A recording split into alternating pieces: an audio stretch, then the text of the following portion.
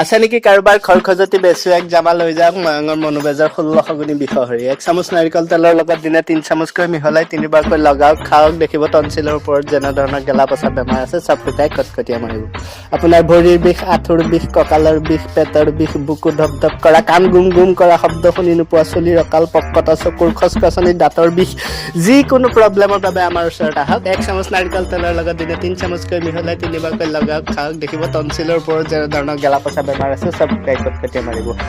জ্বলা চাকি নুনুমাই দুখৰ ৰাতি নুপুৱাই ৰাতি 2টা বজাত আপোনাৰ ছোৱালীজনীৰ পেটৰ বিষ হ'ল মা মোক বচোৱা দেউতা বচোৱা আৰে ক'ত যাব ৰাতি 2টা বজাত থৈ আপোনাৰ ঘৰত ডক্টৰ আহিব এই মাঙৰ মনোবেজৰ 16 গুণী বিষহৰি তাবিজ জুনে পালিব তাৰ ওপৰে বাল্লুম মধ্যে বাল্লুম পাতালে বাল্লুম 3 দিন হাগা মোটা বন